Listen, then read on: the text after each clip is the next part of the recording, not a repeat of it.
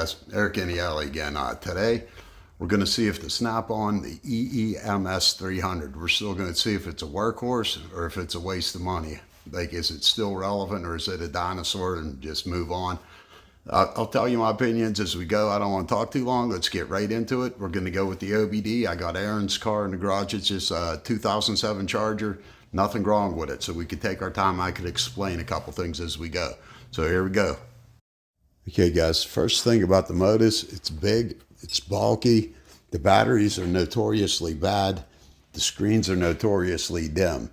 This one actually looks better on the camera than it does in person, but it's still readable. So if you're getting a used one, you want to make sure that the screen's not dim. This is maximum brightness. So that's all you get. I mean, it does look sharper on the camera than I could see here. So you got to take that in consideration. Now I got it hooked up to the OBD port, and it's a 2007 Charger with a 2.7.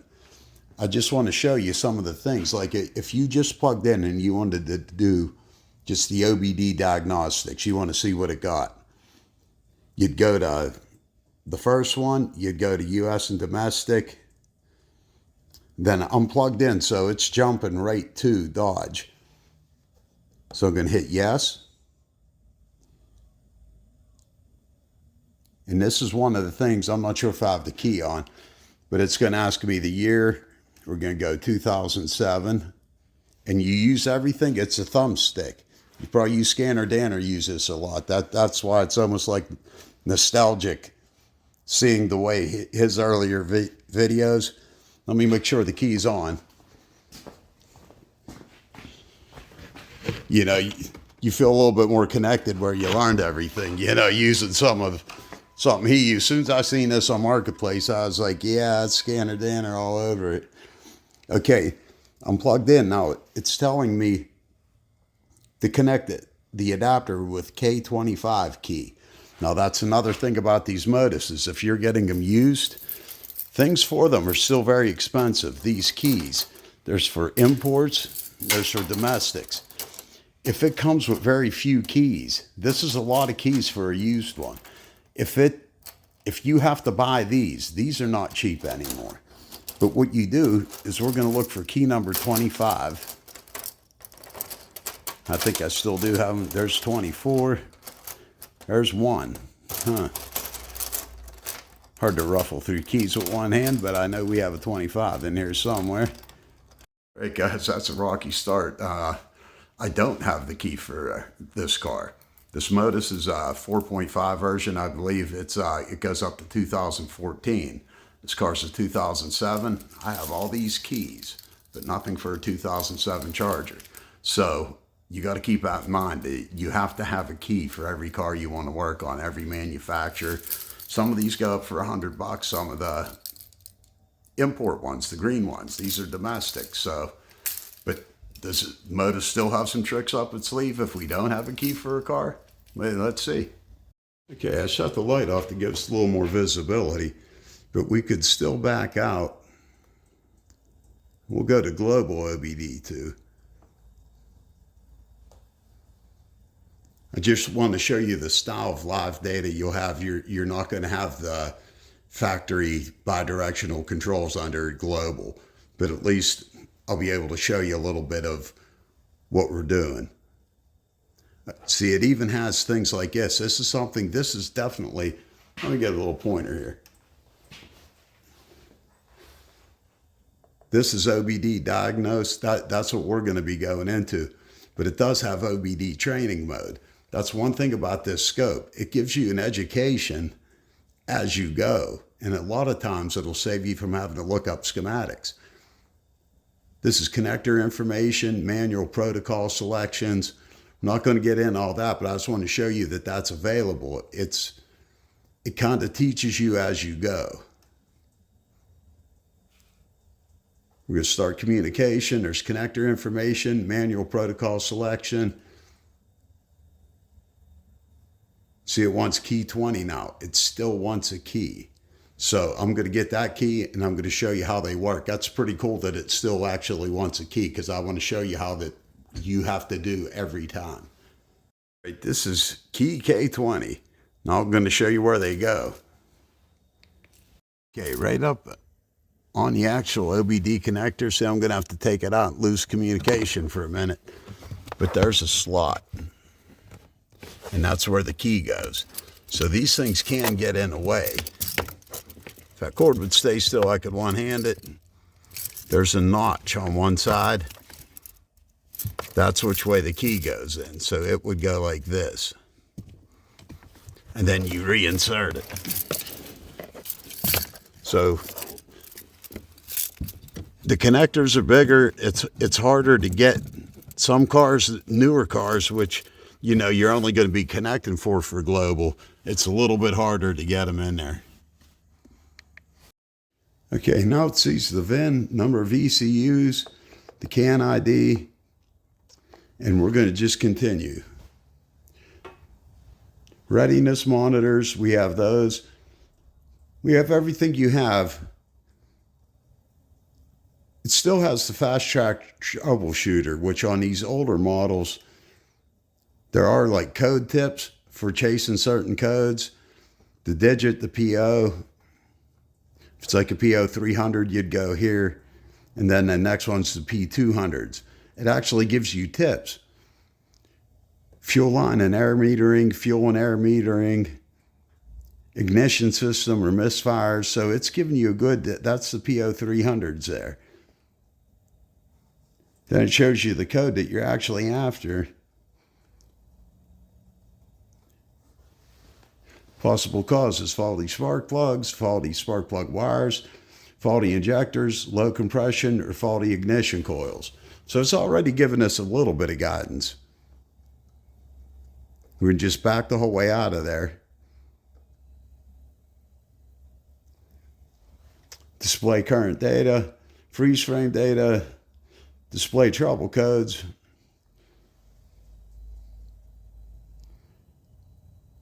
Fuel level sensor A, circuit low. I do know that that's wrong with it. So it picked that up. I didn't even know it was a code. The engine light isn't on. I just know the fuel gauge is not accurate. Request control of onboard systems. We'll see what's under there. Every car is going to be different. There's nothing supported. That's global, so I mean, if you do get something under there, it would be pretty rare. Display permanent trouble codes. Okay, we're back up to the display current data. That's going to be our live data. Now the car's not on now. We're going to start the engine and we're going to see. This is one way of looking at it. Sure, everybody on my channel has already seen the scanner Danner with a scope like this as early stuff, so this really isn't nothing new, but I'll just show you the different modes.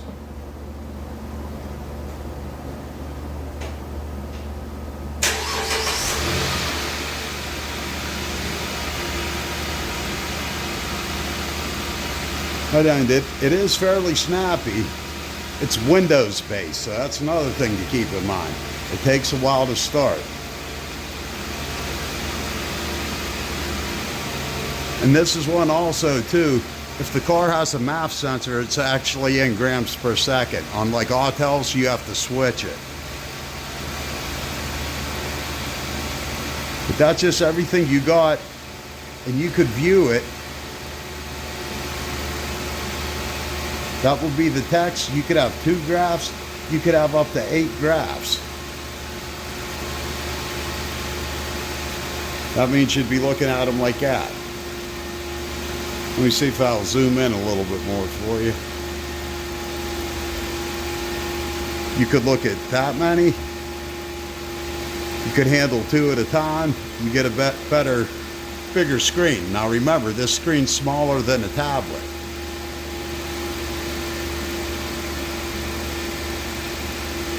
Four is usually what I use because it seems like you could see them all. Whenever it's half of this, it's really hard. And you can scroll down and see you have them all available. I like the graphs better personally, but some things, you know, you might want to see the numbers on the text, but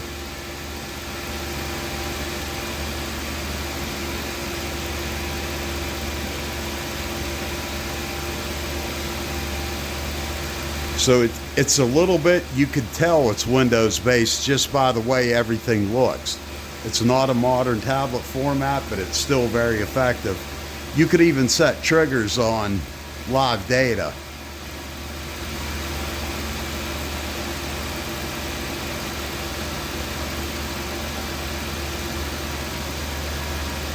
See, we actually have trigger. If you were waiting for something to warm up or an O2 to swing, you could set a trigger on it just like you can on a scope. So that's something kind of unique, I think, to Snap-ons. I don't know if any other ones do that, but that's basically all I wanted to show you under the global. Now I'm going to show you some other things that make this thing still a workhorse. Okay guys, I just back out. I went to, if you go to component testing, that's the second one down. We're going to go new vehicle ID, US and domestic. Now remember, I don't have the key for this car. And it's charger 2.7. And it's still going to give us guided component tests. And that's one thing that really saves you time on a lot of schematics, and it teaches you a lot as you go. Like we'll go to fuel injection. And these are all the tests you could do. The ASD relay, crank sensor, cam sensor, data link connector, ECT, EVAP, fuel system, IAT, ignition, NOx sensor, map sensor, O2 sensors, PCM, and a throttle body system, throttle control system, sorry. But we're going to go, well, let me go back. I didn't mean to hit that. So we're going to go back to ignition. This is one thing I want to show you. This is a very good ignition scope. But like I said, the screen's small. But what you do over here, if you click on it, any more information that's written, this gives you the whole description and operation up here in this corner. I don't know if I could zoom in anymore and still be legible here. We'll go for that corner. You have the description and operation of the components that you're going after. And what's even nicer is it shows you the setup that it wants. It's going to want a ground. It's showing you it wants the scope grounded. On top there's the ground, and it wants the yellow. That's the ignition probe, and it tells you exactly what to do. It tells you it can be used to check the secondary ignition, and it tells you where you're going to put them. On the coil adapter, secondary coil adapter, it doesn't tell you the number of which one. I'm going to show you them. You have to have the right adapter for the coil. That's actually what I want to do, is start building some with this quality, because these, they go anywhere from 30 to 100 bucks, and they're very good. If we could find out what's in them, what makes them tick, you know, I'll tear it apart. Okay guys, one thing about the Modus, its leads are very short. I made a couple. I use a super worm wire, very soft silicone. You're not going to get any better unless you get, you know, fluke, and that's about equal. But it's a pretty good wire. You make your own ends, save a lot of money. I'll show you how to do that in another video. But if this is going to work for me, going right to the cart. If you were going anywhere further in the back of that engine, you would have to make banana extenders or use your test leads to extend the cable. They're very good cables, but while they're that short, I've made a lot. These will go under the hood for a test drive. I made a whole set for it. But now we're using the EEMS300 It would be the Chrysler adapter. It doesn't tell you on here that's the one it wants, but it says attach the ignition adapter, and that's the one made for this car. So you have to buy that. They're not cheap either. They go anywhere from $30 to $100, but they're excellent secondary pickups. That's why I want to tear a couple of these apart, take a better look at them, see if we could build something of this quality. They're much higher quality than Handtech, and I mean, I don't know if Pico even has anything like this. I'll show you the snap-on flag system. If you can get this with a bundle and with the modus for a good price, that's why it's still a good scope. Everything else you're going to have to add if it doesn't come with. If you want the goodies, they cost more than the scope does. All right, guys, it's the next day. The gimbal for my camera broke, and this coil, or this pickup, was not working. This is what the book called for it, the COP2. It was not working. I wasn't getting any signal at all. But I have the burn line analyzer on it. It's another snap-on pickup that comes with the kit. I'm not sure where we left off, so nowhere better to start than the beginning. And I also forgot to mention yesterday, I think, that for the guided functions, I'm not connected to the OBD2. The car isn't on. So you could get to all these guided functions. Let me zoom the camera in. I'll show you a little bit better how you get there and what you could do. Okay, on the main menu, when you go to component testing, you could put the new vehicle ID in, and here you'd get your catalog. It's every car, you know, up to where it supports, up to 2014. There is an update to make us go to 2016, but, you know, at the cost of it, you replace it with like a memory module, like a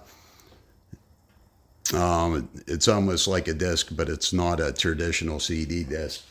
I could pull one out, but that's what the hardware is on too. I'll show you that, because if you are going to update it, you're going to have to look for one of them cards. If you got a 14.4 and you wanted to go to 2016, you get it via a card. Now, being we already had the charger hooked up, we could go. It's going to remember the car that we were on under previous vehicles. It's right to the charger. Yes. We're going to go to fuel injection again. Then we're going to go to ignition, secondary test, secondary ignition test.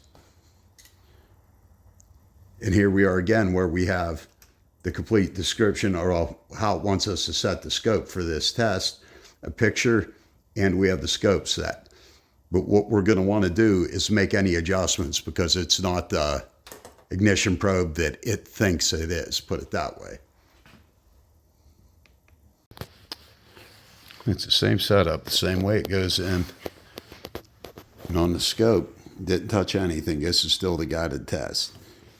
I'm going to put this back up on the tripod and start it up and see if we get something right on that screen. Now, this isn't scope mode. This is guided test mode. This is all we could see of the scope. Now, the car's going to be cold, but I'm going to start it up and just see if we get a pattern. And I'll show you what the trigger does on here and how you move it around.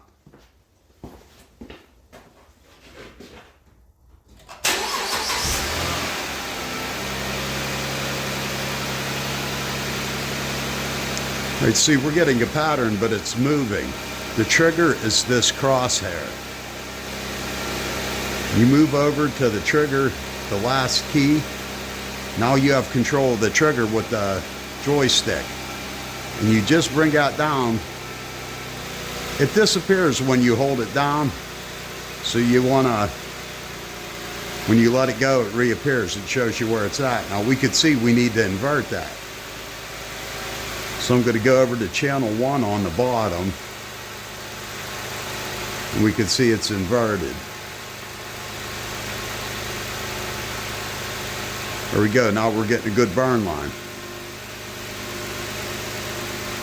So you could also, if you want to increase the time to get a better look, take it to 20 milliseconds. Well, we're actually going to get a smaller look there of the waveform, but you could get more on the screen.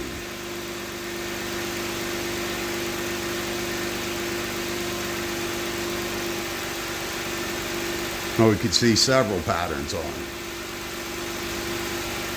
Now to make this bigger, we could go up top to this view button. And then you could choose full screen on the scope. So it's a pretty decent ignition scope. I mean, that's one of its strong points. But that's one of its bad points. If you hit the note at the wrong time, you go back to the beginning. It's no big deal. But see, my trigger's too high.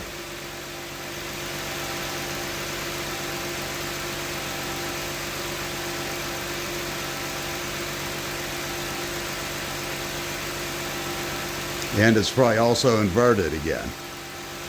So you got to watch how many times you hit the back button, that's for certain.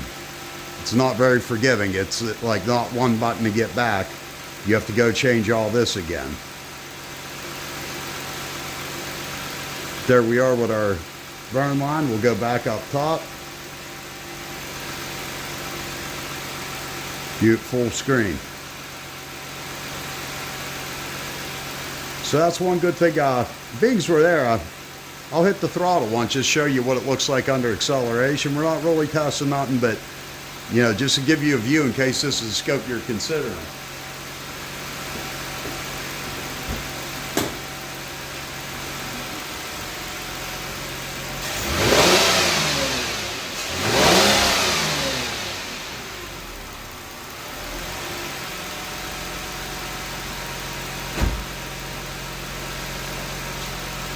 Not sure what it looked like. I can't see it from the car.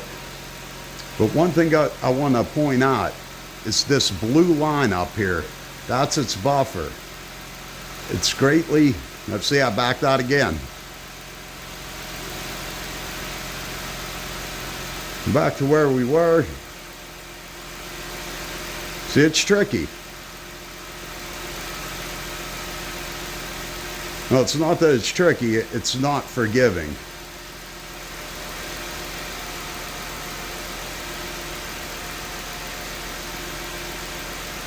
Put the trigger down, now we'll go invert it.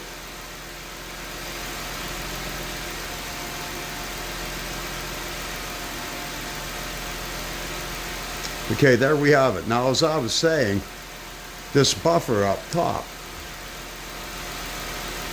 Let me get us back to full screen. The buffer up top, that's what we want to focus on, because you could see it's going fairly quick. That's all the time you got if you're looking at one waveform. So you want to increase the time.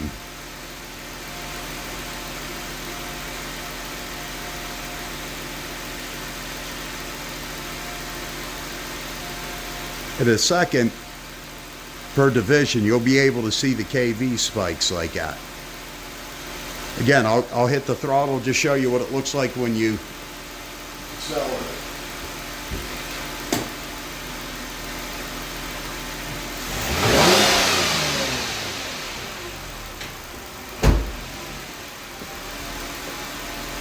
Now, you might be able to find a misfire by the kV spike, but one thing to keep in mind, see how slow the buffer's moving? You have a lot of time in this buffer. You'll be able to find a misfire by the kV spike, but on a snap-on, you can't zoom in.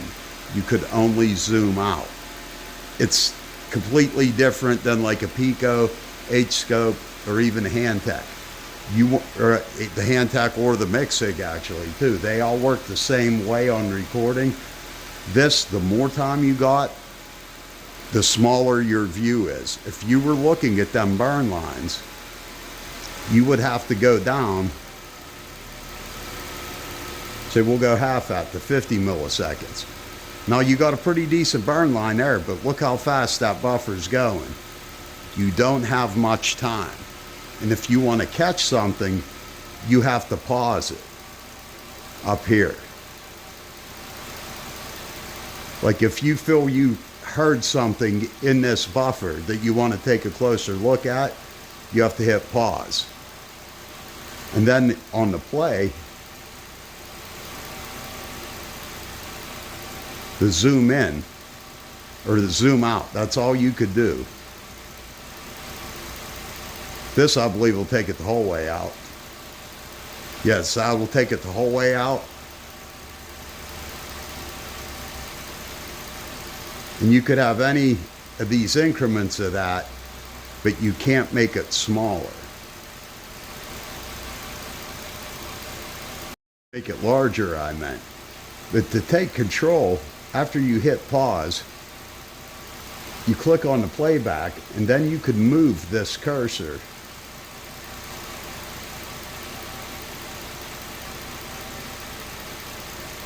then you could go back anywhere in that buffer and look, but you can't zoom in any more than where you recorded. If you wanted these bigger, you have to record them bigger, which makes your buffer go even faster. For example, if we went back to live, you hit play. Now we're back to live. If we wanted to make this waveform longer, more viewable, if we went down to say 10 milliseconds, we get a better look at the burn line, but look how fast that buffer's moving. You're only going to get a couple waveforms in it. I hope that's showing up on there with the screen being dim, but you could see a white line flashing. If we pause it, then we take control,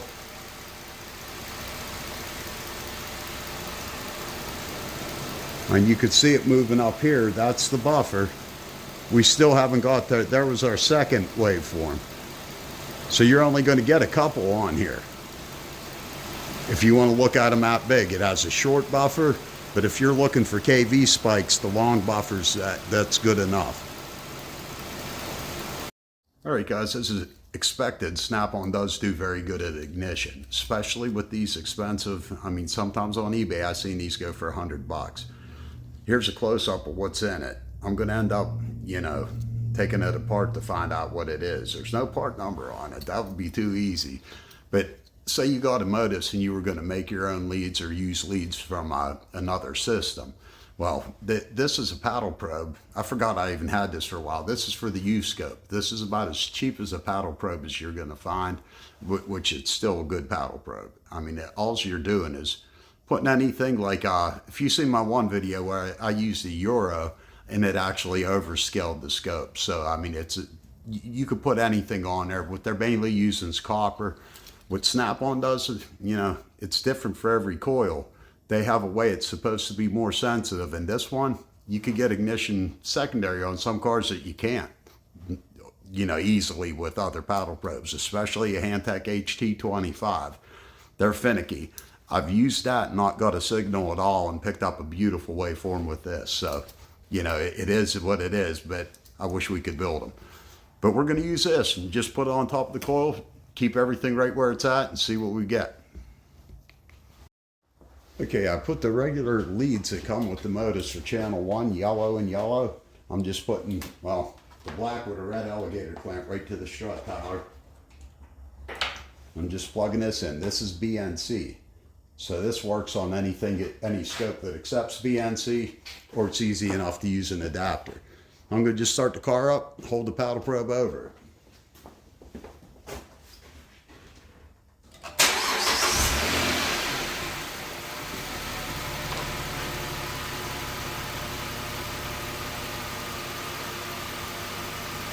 You know, see, we're getting pretty good ignition pattern with it.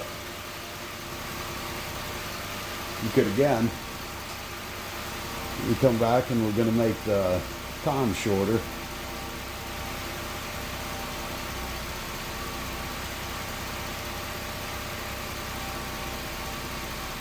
So you get a better view of the burn line. It's the first time I ever used it with it. It's the U-scope gets a pretty good pattern with it, so I figured this would as well. Anything metal you put on top of the coil, including your test leads, you're going to get a signal. Okay guys, being that one's so easy, Erin's going to need her charger in a little bit, but I just want to show you as much as I can. And one of the things I really like about this scope is if you could get these to work. Now on this car, I could only get to one bank. You could see the bank number 1's under the intake. Sometimes they're all exposed, but this, we'll just say we have a problem with bank 2. These are Snap-on flags. On one side, it'll increase the signal. On the other side, it'll decrease the signal. So we're always going for increase unless it's too much. Now they come in ones like this, and then there's a 3-pack. There's 2 3-packs actually. So they're like Christmas tree lights, so it's the right time to use these. They got on one end, I just have it terminated with a piece of rubber. I'll show you there. I can't get it in the screen. Because whenever I left this unshielded, you know, you do, it's just an RCA jack under there. You do pick up some interference from all the other coils. But there's 3. And what you do is if you have a 4-cylinder, you just add one of the single units. So then that way, whenever you plug this in, you're going to have 4. So you could use that on a 4-cylinder. And there's 2 of these complete assemblies that come with the flag kit. So if you had a V8, you connect this to one bank and then you plug in the whole other kit. So you could do a V8, you could use one flag, you could do a 4-cylinder, or you could do a 6-cylinder. So we don't need the extension. We're going to just use 3 flags on one lead. And again, these are RCA, both ends. You put these on with double-sided tape. I have a little bit of Gorilla tape. You put a little bit on top of the coil. I think they're intended to just lay there, but the way the cords are, man, they never just lay there. Okay, guys, I got one coil attached, or one flag attached to each coil. Got one under the duct and one in the back. So we're looking at 2, 4, and 6 cylinder. Now we're going to go back to the modus.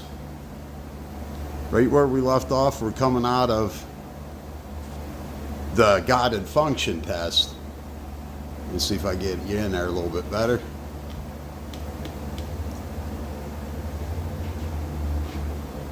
We're coming out of the guided function test. Now we're going to go down.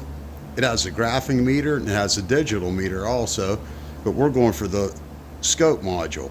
It has lab scope, ignition scope, then has presets. We're going to go to the ignition scope because this is where these flags, if you had one on absolutely every cylinder, you're still going to need a sync. So you could use the paddle probe again to find which cylinder you're on. But it's going to either put them in parade, cylinder, raster, superimposed, or single cylinder ignition. We're going to go to parade first. I'm going to start the car.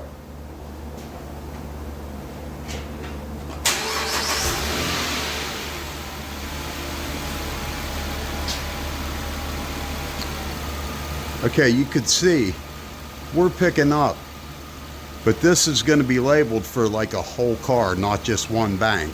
This will be cylinder 1, 2, 3, 4, and so on as we increase or decrease the time base. But you could see the cylinders all together. This would be, I mean, a situation like this, if you had a problem on just one bank, yes, you'd only use 3 flags. But you're going to want to identify which is which. And that's where you'd either take that paddle probe, hold it over there, and you're going to see another secondary ignition pattern on the second channel.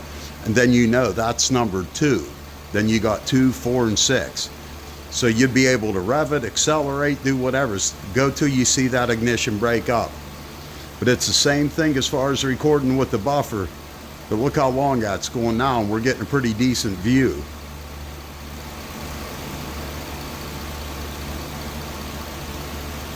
So you're getting a watt in that buffer now. Like if you pause that and you want the playback,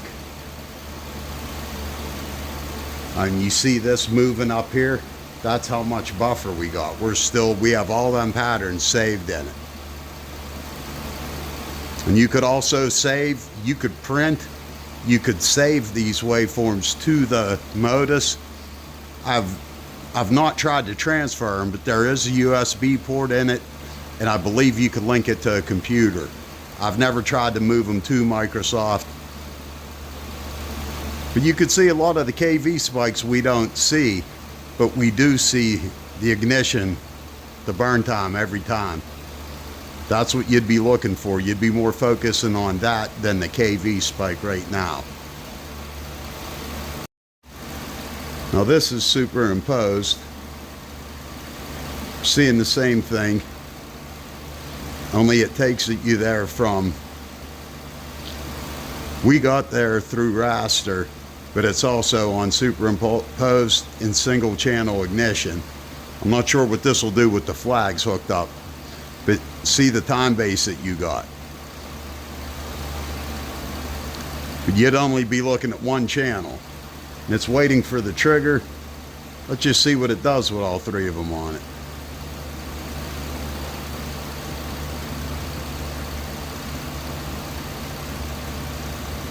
Okay, so the trigger would be to get it to start recording.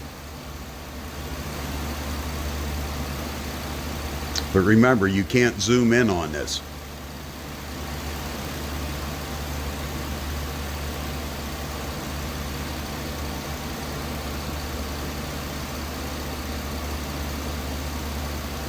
Change the time base, we'll go down to 20 milliseconds. Again, we get our ignition patterns back, inverted.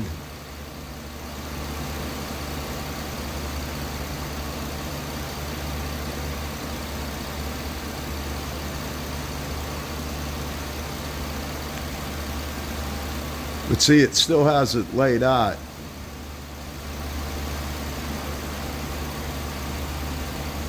I don't know what it's picking up with all three flags. This would be, you know, change the time base to where we could see more of them.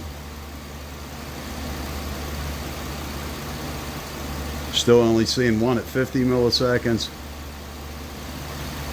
So we're seeing a couple of them. This would be better for if you were on this just one channel, you could zoom in on it, but we have three on. That's why it's looking a little bit like that. Okay guys, I'd call that one of its strong points, the ignition. But also you have these presets, and they're pretty helpful. It has a lot of things on there, the 2 channels, it'll set you up for an amp clamp, it'll set you up for a pressure probe, it'll set you up for a lot of things, alternator diode ripple. There's a lot of guided, or a lot of preset tests. These wouldn't be guided functions, it's just setting the scope up, the lab scope module, which is the top one here. The 4-channel lab scope, you could use the low amp clamps, ignition probe. It has the vacuum, it's all set up for a transducer. But if we go to the 4-channel lab scope,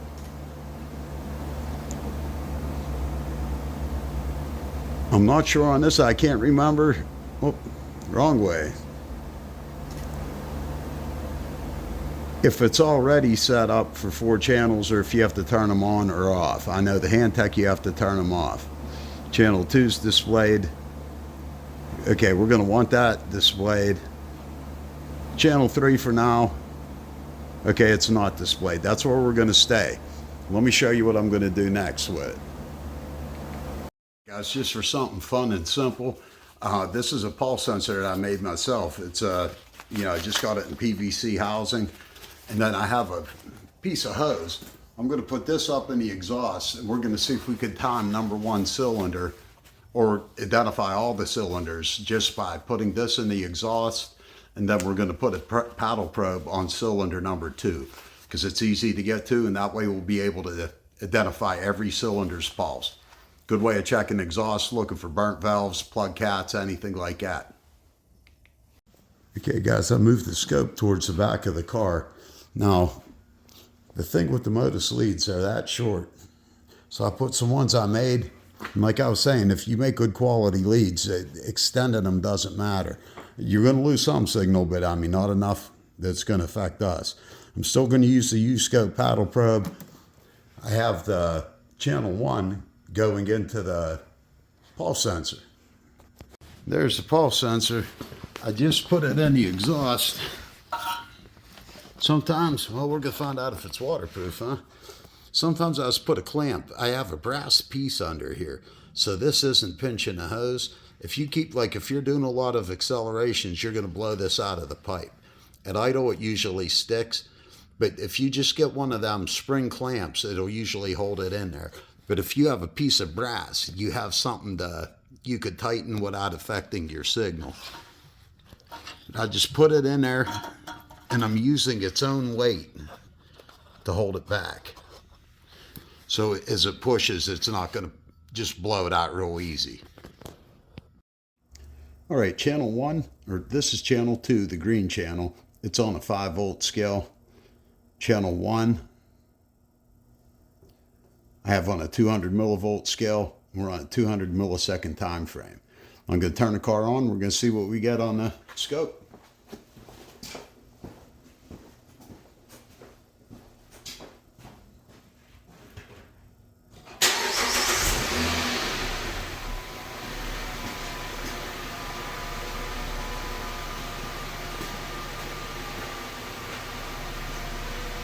Okay, we can see our exhaust pulses. And the time base we could change it. We've got 1, 2, 3, 4, 5, 6. That's going to be as close as we're going to get. We don't want that many on there. We just want a time 1 because we could go back. Remember, a snap-on, you want to zoom in close because you could only zoom out. So you want to take your image big like this. Now I'm going to take the paddle probe and I'm going to hold it over be cylinder number 2, and then we'll be able to figure out which pulse belongs to which cylinder. I'm not going to be able to see this, so we're going to look on the recording if it works.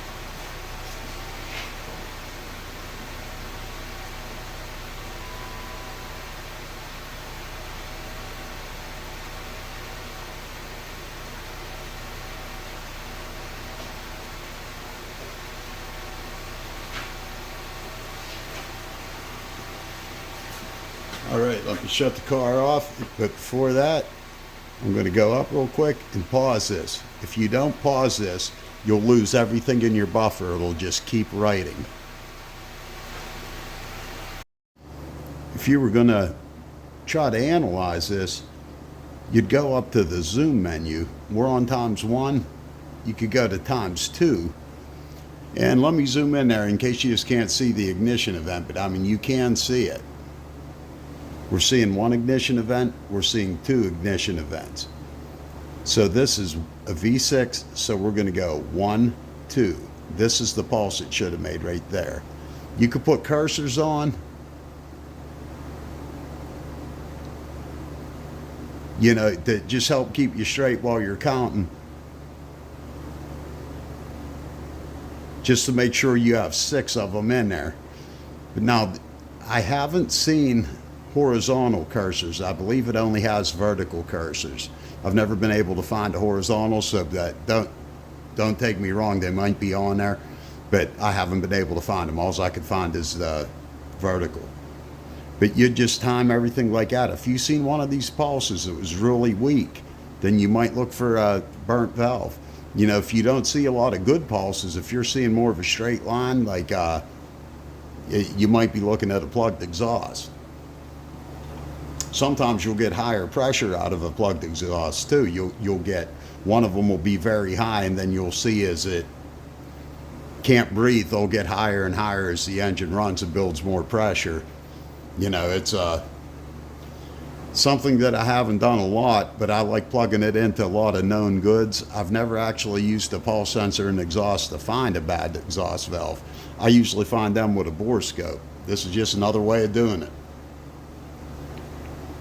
All right, guys, one thing worth noting is you can make these. Like I said, follow along if you want to learn how to make these. I'm going to be making some very soon on the workbench. And but what you do is you get banana jack connectors into a BNC, because most of your oscilloscope stuff is going to be BNC. These are one of the few, other than like Fluke, that uses banana jacks. There might be a couple other, but BNC is pretty much universal. And you just have to adapt to it. You get a very good signal. I mean, just because you're using an adapter, if it's a good one or you made a good one, it's going to work. All right, guys, just taking another look at that. Using the sensor, it should be on the second one, 1, 2. But most waveforms that I've used with this are, the ignition waveform is on the top. We're getting positive pressure on the top. It's reading the highs. But in case this was inverted, you'd look 1, 2, this would be its pulse, 2 over. But I believe it's right because we're getting the positive pressure would be 1, 2, and this would be its peak, not this. As a matter of fact, let me try one more time with that inverted and see what happens. Okay guys, let me zoom you in one more time. Now I blew into the pulse sensor and it is getting positive pressure going in. Going up is positive, even though we're reading negative over here. That's what was confusing me before, but you know, you just got to get to the bottom of it. Now I'm going to put the paddle probe back on it and see if it makes any more sense.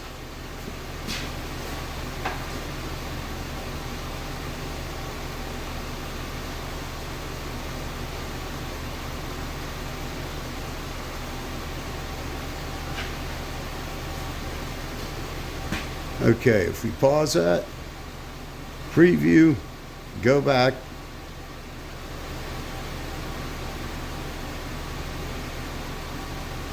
Okay, there's an ignition event.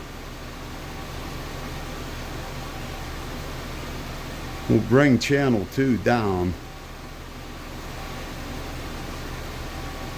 It's channel 1. No, channel 1 is actually a pulse sensor, we're right. Bring it down. There, now it makes sense. Whenever it was inverted, it was picking us up as the bottom. Just the minus was confusing me up here. But this makes sense with that pulse. Positive is going up. So this would be your event. 1, 2. This is the pulse. Sometimes you just got to do a little bit of, you know, blowing into the tube diagnostics.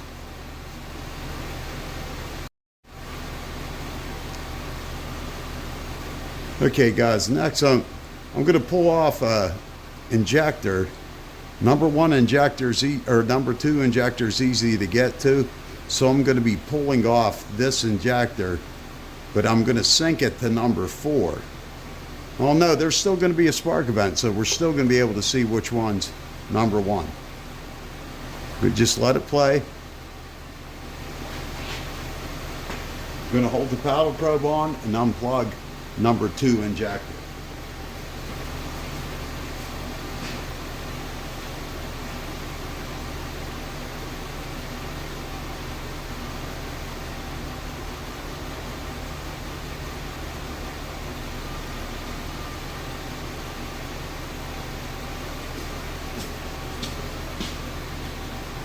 All right, that should have looked a little bit different.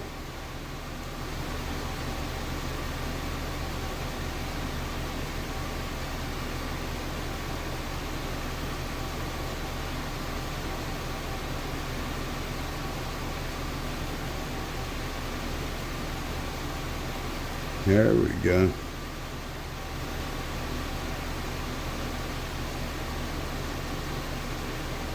But you'd be looking 1, 2, and look how far this is down. This is cylinder number 2 firing for its last time.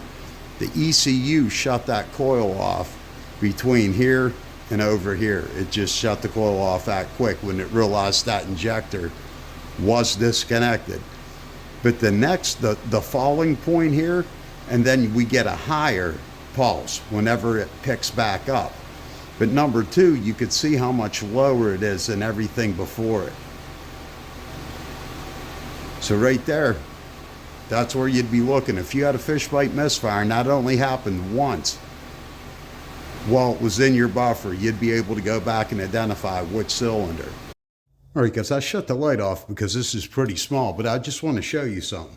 Whenever you move the joystick, you're moving the screen. What stops here starts there. You're not moving just this. It looks like it's moving. That's just because of the time base. It looks like whenever I hit the button, it only jumps once, but you see that's a whole waveform. Now, what I want to show you, it's pretty cool. You could watch. Look at the KV spike whenever it's actually firing. It's producing power and it's firing. Producing power and firing. Spike's starting to rise. Whenever it's running out of fuel, look how the spike jumped. There's your lean misfire. And if you count them, 1, 2, then down. This one's not producing. The one that misfires, you're going to have a higher spike after the misfire. This KV spike will stay high the whole time until it gets fuel again. Now it looks like this is just moving. That's what I was trying to explain. It's not just moving down one, it's changing the whole screen. So it's pretty, you're not looking at the same waveform is what I'm trying to say. But after it starts running, KV spikes go down, and that's when I let go of the paddle probe. But it's pretty cool. You could look at a lean misfire that you caused and then see the result of it. Guys, if you do go ahead and make a homemade pulse sensor, I'm going to be making another one just like this one for, to have two at once, one for intake, one for exhaust, one on each pipe of Harley, whatever. It's good to have more than one of these. But whenever you wire them, before you actually solder the wires, put a piece of, tube on it and blow into it. Make sure that you're getting positive voltage, and whenever you inhale, you get negative voltage, because that would be for vacuum, and then blowing into it, the pulse is for the exhaust, or any kind of pressure actually. But whenever you go negative, you'd be into the vacuum. Okay guys, this is one strong point of the scope. Under the component testing, this is where you get a little bit more than just a scope and the scanner. If you go up, we're going to just go to the how-to section. How-to 10-minute electronic classes. If you hit that, we have Ohm's law, variable resistors, amperage, diode continuity, electrical circuits. We'll just hit electrical circuits for now. Series circuit, parallel circuit, series parallel circuit. It's going to tell you the description. It's going to be a pretty good, it might not be as in-depth as an article, but you're going to get a good explanation. You're going to get it broken down real easy. Scientific notation. It has a lot of things in it that you're not going to get with another scope. It makes it kind of unique. I don't know if the new Moduses are the ones that are, a tablet form, if they still include that. I've never used one of them. But it also has for, let me go back one, 15-minute ignition classes. Under there's an introduction, coil on plug, conventional, and waste spark. So right here on the scope, if you're dealing with waste spark and there's something you don't like, here's a whole definition. And here's, click down on it. If there's any more, it'll scroll. There's no more, it's just this here. But it's going to describe to you the whole waste spark system. Conventional ignition, there's a lot of just classes in here. There's power user tests underneath. So as soon as the motor starts up, this is the screen you're going to get. If you go to power user test, it'll go to current probe test, dual channel test, secondary ignition test, and transducer test. If you were going to do, we'll say 2 channels, you had 2 leads, it's going to ask you cam and crank, EGR, EVAP, flex ray, injector and oxygen sensor, NOx sensor. It's going to give you 2. Like pre and post cat oxygen testing, there's 2 tests because we picked 2 channel tests. You could jump right to it. Injector and oxygen sensor. Just that quick, get in there and hit it. It's going to set you up. You still get your description and operation and the setup. So it's a pretty good, fast way to come off the draw. NOx sensors, dwell. There's a good bit of stuff right in there. Now, these are the power users. Like if we wanted to use a current probe test, select current probe. It's going to ask you generic low amp, snap-on low amp, snap-on low amp. Now, there's no high amp probe. And even when I looked, I had a hard time finding any high amp probe that was banana jack. The snap-on ones seem low. I don't know if they attenuate to get that or if there's just... you use a different brand scope. But the snap-ons, I've seen a couple on eBay, and that I'm not sure they went with a Modus. but they were banana jack and they were around 600 amps. So that would be a high amp clamp. On here, all the settings are for low amp clamps. There's nothing for high amp clamps. And we're up here, we're still in the power users. Down here where you select all the preset tests, that's down here, but you have to go into more menus. This is off the draw. When you're not going for a certain vehicle, you're going for a 2-channel test and you're going to adjust your parameters once you're there. But it's very quick, very fast to set up. It gets you onto the scope very fast. Like if we just came here, this is the screens you'd be seeing whenever you opened it up. If you want the power user test and you're going to do a dual channel test, we'll just say cam and crank again, or EGR, and after you read the description operation, just click the full screen and your scope's now full screen. So, I mean, very fast. There you go. So all that being said, I also want to show you the size of the Modus, like, you know, the physical dimensions. It is pretty big. I could probably get a weight for it online. You know, it's a heavy machine. The battery goes in the bottom. I've never seen one with a good battery yet. There's a VGA output under here. This worked. I loved using it with a computer monitor. I had a computer monitor on the back of this cart, but it was a bizarre accident. The fuse slid out while it was powered on by the monitor, and I lost the VGA output. That's something I'm going to take apart and try to fix down in the basement, see if I could see what went wrong. But anyways, it's a heavy unit. I mean, there's nothing light duty about this. It's a strong unit. It has an incredible input voltage. It's a 200, I think, RMS and 300 peak voltage. I'm gonna have to make sure on that, but it takes a lot. I mean, if you accidentally hit an injector, it's not gonna hurt this. Believe me, it's not gonna hurt this. Just don't ask me how I know. But on the back, I mean, it's bulky. It's a Windows-based computer unit. It has these, I forget what the name of these cards are, but everything, if you go to upgrade, this is what you get, another card. And it would have the version 16.4 instead of 14.4. Here's your OBD2. This is for, I'll show you, I have that. It's for the RPM. So you don't have to use another channel. You could have 4 channels and the RPM hooked up. And there's a couple other things to go into this. There's a gas analyzer too. I don't have that. But here you have a USB port. You could put a mouse in it, control this with a mouse. Here's your plugs and your lights, and this is the scope unit. This comes out. So, I mean, that was just a crazy idea to see if you could get this scope to work with either a tablet or another Windows-based laptop, to leave the bulkiness behind. Just use a scope module. That may be a project coming up, or at least an attempt. Now, it is banana jack. These are easy to make. They're readily available online too, that converts the banana jacks, and they're stackable. The ground is always stackable. It's stackable on the snap-on leads also. So that's about it for this. Or wait a minute, this is the auxiliary. This is for the RPM. This must be for the gas analyzer, this one. This one's the RPM, I believe. We'll look at the end of it and make sure. But it's got a stand attached.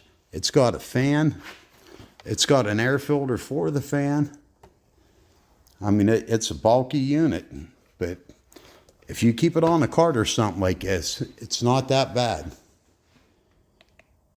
Some of the things I haven't used before on it, like the pulse sensor, it worked great. So it adapts to homemade sensors. It adapts to sensors. This is the paddle probe from the U-scope.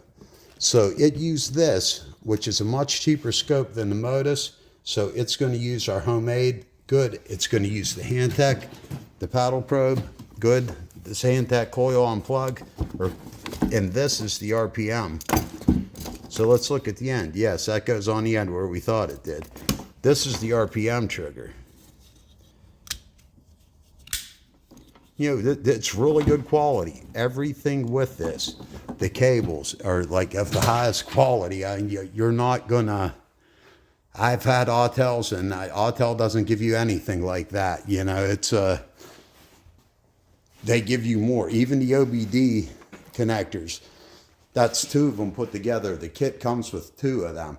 That's how I'm able to stay onto the cart and have that plugged in from so far away. No loss. These are heavy, heavy cables. I mean, they're good. The ends are bulky though. I've had problems on some cars. You know, you have to fit this in there with a key. So it's cars that were made since these scopes were built, you know, you might have issues. But it does come with the master kit like this. It does come with your OBDs. This is the OBD2 extra connector, the OBD1s. This is GM one. These are Toyota ones. There's a whole box of them. I mean, whenever Snap-on builds a kit, they build a kit. Now, a lot of these you'll never use, but you'll be surprised how many come in, like, you know, old trucks. I still end up using them. You could power the Modus via the battery with the clamps. You get a lot of good stuff with this, but it's older. Everything else, the flags, these are great. As a project, I was even thinking taking one of these out, using one of the singles, and making a paddle probe out of it. They pick up very well. Else it is, again, there might be a resistor or something under this blue thing, but it's just relying on, you know, metal that's going to pick up that signal very easy. The leads, they're very well built, but they're short. They're 5 foot long. What I do is I build these extensions. These are 10 feet. So with just two simple connectors, I don't know what I did with the two I just said. Yes, two simple connectors, you've got 15 feet of wire. So that's an under the hood. You can move these. If you look on somewhere like AES Wave, that's the only place I know it sells the under hood Modus leads. They're very expensive. So if you could make your own, still use the Snap-on lead for the bottom, or you could go straight into the scope. But together you got 15 feet. This is the ignition lead. It goes from banana jacks to RCA. That's what fits all the ignition accessories. Now, I have a couple ideas on this too, like monster audio cables are much more shielded than a lot of coax. Would that work just putting a BNC on one end of a monster RCA jack for a home stereo? You know, that's just something I might try. I was going to put a BNC on the end of this, but, you know, just to experiment which wire offers best shielding. I mean, that's what it's all about. It's trial and error. The keys, yes, that's another point. The keys, if the kit doesn't come with keys, you could still use OBD2, and you see, you could use the not the guided component test. You could still use, well, yes, actually, it is the guided function test. Even if you do not have the key for the car, the guided function to test the sensors on that car are built in the Modus. You don't have to be connected. The only thing you won't have access to is bidirectional commands under OBD2, or, you know, factory software. You're going to be under global. And sometimes you do get a couple bidirectionals, usually a mission. But the keys, look on eBay. These aren't cheap. It depends what you get with your kit.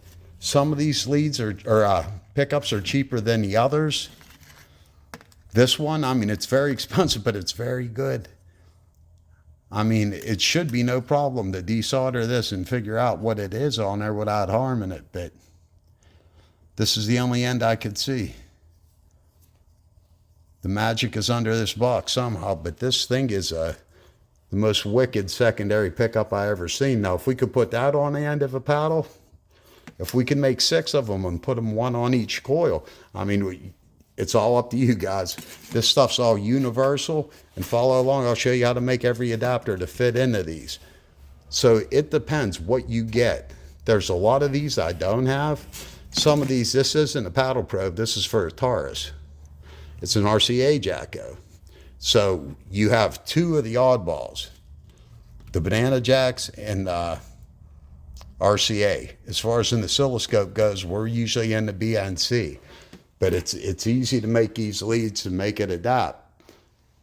So it's overall, let me see if I forgot anything that's important if you're considering one. If I do, I'll drop it in the comments, but that's the basics of it, guys. If you see one of these cheap, I'd say grab it.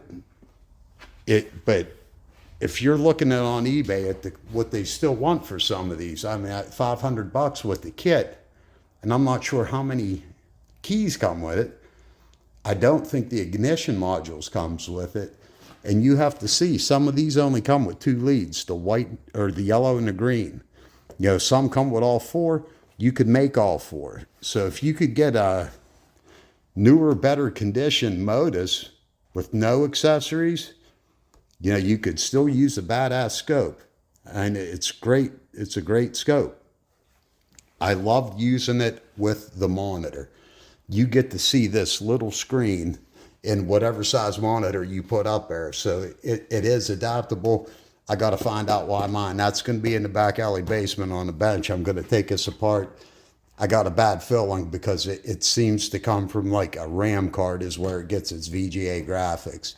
And that's a snap-on RAM card. So altogether, that's about it, guys. I'm glad to see that work. I'm glad the paddle probe worked. I'm glad I was able to put something together with this. I haven't used it for a while. Like I said, it's like riding a bicycle. Once you get back on it, you know, you're like playing Xbox. But if you bump this N key, it will knock you off. I mean, it'll take you to the previous menu real quick, no warning. But you get used to it. That was just part of the things the Modus could do in a couple tests. I mean, it could do a lot more, but I just tried to get in there a little bit of, you know, what you'd be looking at from everything from OBD2 to using the scope. We were using the 4-channel lab module, even though we were only using 2 channels. I mean, that's a little bit in each module of what you do and how you get to, you know, each part. The guided functions, the tests, the lessons, everything may get a little bit more than a scope. But I got this on a trade for, of all things, a fluid extractor pump. Never be afraid on Marketplace. If you see something you want, guy was selling it for a couple $100. I shot him a text, you willing to trade? I started listing tools that I don't use anymore. And then I started putting some on there that I do use because I really wanted this Modus. And then, you know, out of everything, he picked one of the first things I sent him, a fluid extractor pump from Harbor Freight, one of them big ones with a hand pump. I used it one time. I really didn't like it because it left like 3/4 of a quart of oil in the crankcase. You know, I just sucked all the oil out of the dipstick, opened up the drain plug, and more still came out, man, almost a whole quart. So I wasn't going to use that to change oil or drain trannies. If it's going to leave things in there, got a Modus and all them accessories for it. Never be afraid to shoot an offer, like, you know, especially things you don't use or, you know, things that you'd be okay with parting with. You know, you get some decent stuff. Would I have bought this cash? No, I mean, I'm all about the budget. You know, I don't work for anybody. You know, I fix my buddies' cars in the garage, like local people in the alley, neighbors. You know, it's just like a local mechanic in the alley. But, you know, so H-scope was more my budget level. And I kind of really got into it because of how much it gives you for that much, but you don't get like guided functions. H-scope is fast.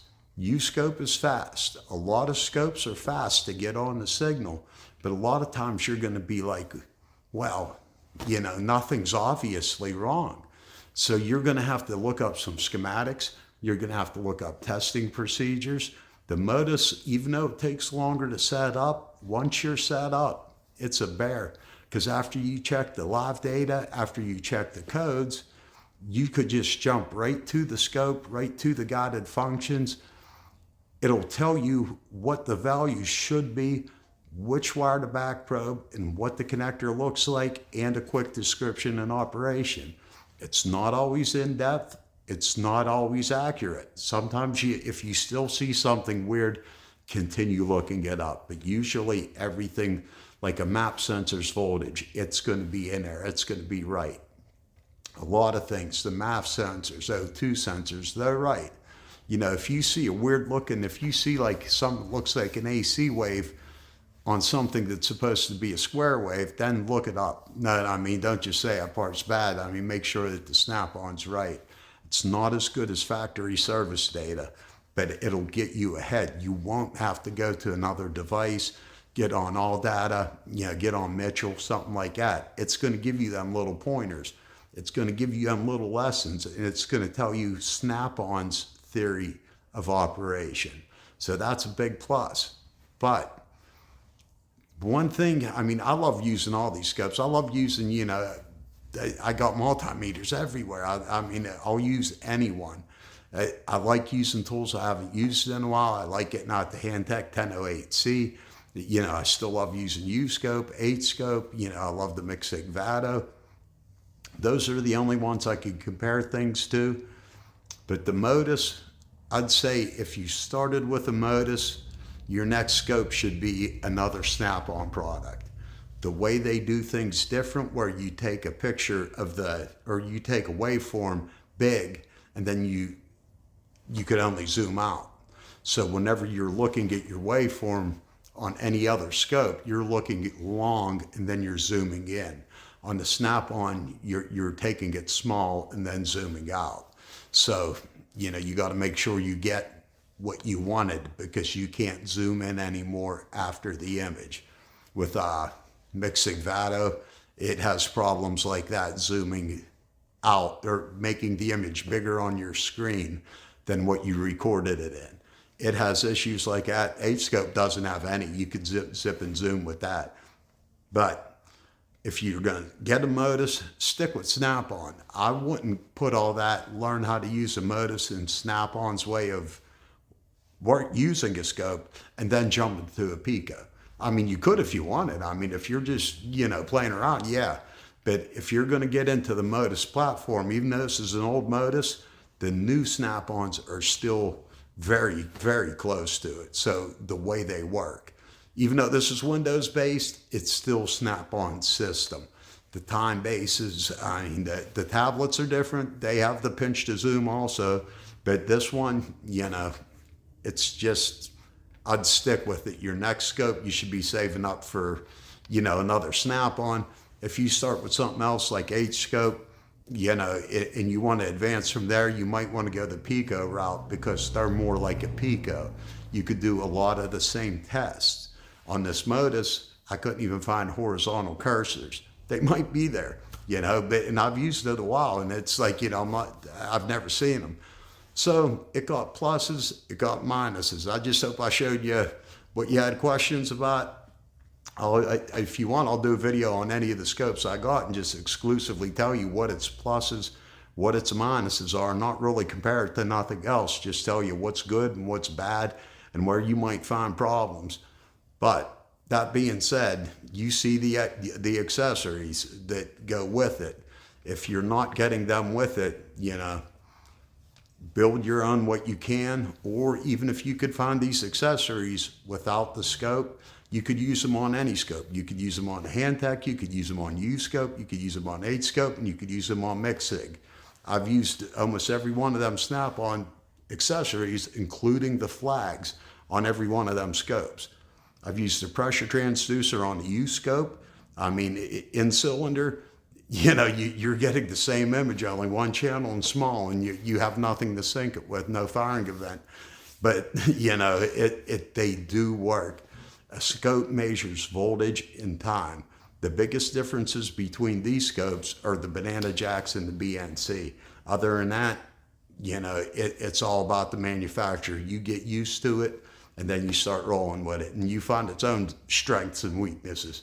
All right, guys. And before I go, I just want to wish everybody a Merry Christmas, or whatever you celebrate. Just have a good one. Be good to each other, guys. Thanks a lot for watching. Adios. All right, guys, I'm back. I have one more thing. That's good. One good thing about making videos. That's why I encourage everybody to make your own YouTube videos, because you go back and you get to critique yourself. And while I'm looking at this, I always have questions about pulse sensors, how they work. There's not a lot out of there.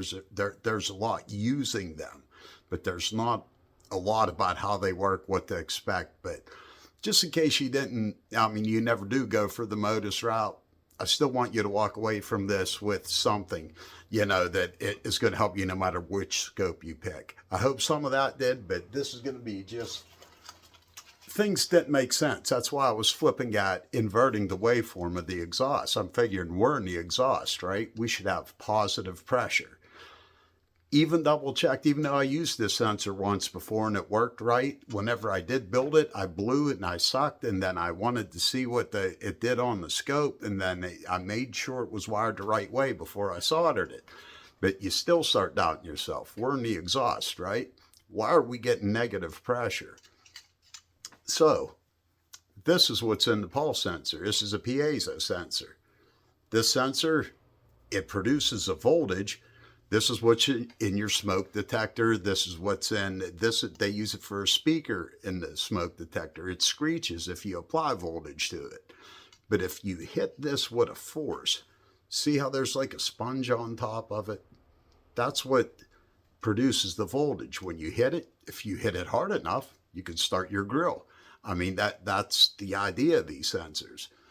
So when it's in the exhaust, it's getting hit. This should all be positive pressure, right? Not really. It depends where you put it.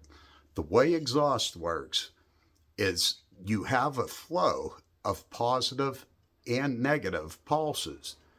Your exhaust is not going to flow. Like on our scope, that was saying negative. And the first thing, before I go on with the exhaust, these do not measure anything.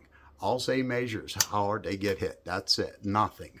But if you take what they are, they're an electrical sponge. If you hit this, it could bounce. It could bounce back to where it started. Nothing's happening to the sponge. But now, if we put this, if we hold it here, and we still push the same amount, we're still getting the same pulse, but it's not getting hit. See the little indent there? When you go positive, I'm not going to show you negative because I got to pull on the sponge. But when you go positive, that's what's happening. It's getting hit with more in one direction, but it's still only moving. So the waveform's rising. And that's what happens. Each pulse is hitting on top of what this divot is from where it started. So you're still getting a pulse that's almost equal. But the more you get in one direction, that's going to raise that average. That's your voltage on the side. That's why when I seen positive or negative, I'm like, no, it can't be. So I inverted it. But let me show you my mistake. Okay, now, this picture isn't going to make a lot of sense, but the black, we're in the exhaust pipe. The red is the exhaust gases. And one thing about exhaust gases is whenever they hit a muffler, catalytic converter, or just the outside, they produce a negative pulse. That's what they use for scavenging, getting all the exhaust out very close to the valve. Actually, so whenever both valves are open, if you have a suction, it's going to help pull air in. So there's different designs. It's all based on the diameter, the length, your headers, whatever, how long your whole system is. But you should always have positive pressure. That's what was throwing me off. But we're very close to where the pressure drops as it comes out of a constricted pipe into the atmosphere. In the green, this is our scope lead, we're sitting inside of here. There's no exhaust on this sensor. It's just a tube. So it's getting hit with pulses like we were seeing on the scope. It's enough for it to react back and forth. We get a good picture of the pulse, but what's happening? How's it losing its exhaust? The exhaust that goes in there and hits that piezo sensor, it has to get out of there or we're not going to see another pulse. It's roughly a quarter of the size of the complete pipe. So you have velocity coming out of this pipe. So the fumes are getting sucked out of that tube that I put into the exhaust. So that's going to cause a suction, which is going to cause a negative. Remember, every time it gets hit in this direction, it's making a positive voltage. Whenever it gets hit this way, suction or vacuum applied, it's going negative. So its main, like I said, we're not measuring nothing with this sensor. It was just curious to me, and it's usually the easiest way to know. If you're expecting a positive pulse, you don't need to invert it. But why on exhaust did I have a negative average? So that's the only thing I could come up with. I'm not sure if this is right or wrong, but just if you figure, now this is how the torpedo heater pulls fuel up from a tank that's below it just by air passing an inlet. So it's going against gravity. We don't have much gravity. We have a draft. So I think that's why it was pulling negative. Or at least that's the best reason I could come up with. Now I'm going to show you a little bit of how I came up with this and why I think it's valid for, why we're getting negative pulses. Okay, guys, let me shut off the light so we can see a little bit better, a little bit less glare. Now, this is that same pulse sensor in an intake. And you can see we're right at 0 volts. Whenever the engine's started, there's a huge vacuum until it starts running. But you could see once it equalizes, this would be like the sponge not having something already pulling it one way. It's reacting to the vacuum pulls. We're at idle here, and it's staying at 0. So the sensor is bouncing and returning to exactly where it started before it got hit. This is just a small tap of the gas. But what happens whenever we hit the gas? This isn't frequency. This would be the sensor was getting hit less with vacuum. So we're starting to lose vacuum whenever we increase the RPM. It idles at 0. A couple dips here and there, but we're basically at 0. Now look at a little snap throttle. There's a bigger one. That's where we're going. Here's a bigger one. This buildup is not frequency of the pulses, even though the RPM is climbing. If it was equal, the line would have still stayed flat. When it increases, take a closer look at these. Each one of these legs, here to here, from here to here, they're increasing. So that's going to increase this general, your voltage gauge that we're not really measuring anything. We're just looking at what is happening and trying to figure it out. And that's the coolest thing about a scope is you could figure out things like this just by taking better looks at them. Every time, if these are not even, these peaks, this is the sensor getting hit. This positive voltage here, it's getting hit with a pulse. So these pulses stay, close to the same, but look how high that climbed on an acceleration. But it's why. Whenever we snap the throttle, we lose vacuum. So it's having more of a positive effect. Just like the sponge, instead of hitting it like this is when it was at 0. Now that we're climbing, it's already in, but it's still getting pulses. So its base voltage, what we're seeing on the side, is like that indent. Now, if you could see it. But it stays as it keeps getting hit. And we go positive. Now look whenever we go negative.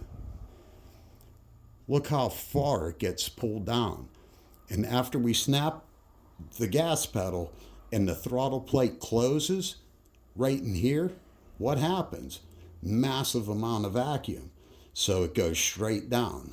As soon as the engine equalizes to idle vacuum, we're back at zero. So that's my best, definition. And here's how I know it's not frequency. Channel 1, well, we're going to keep it right where it's at. We're going to just go to, meant wrong thing. Frequency channel 1, we're going to turn it on. It's not getting hit no faster, or any faster than it could deal with.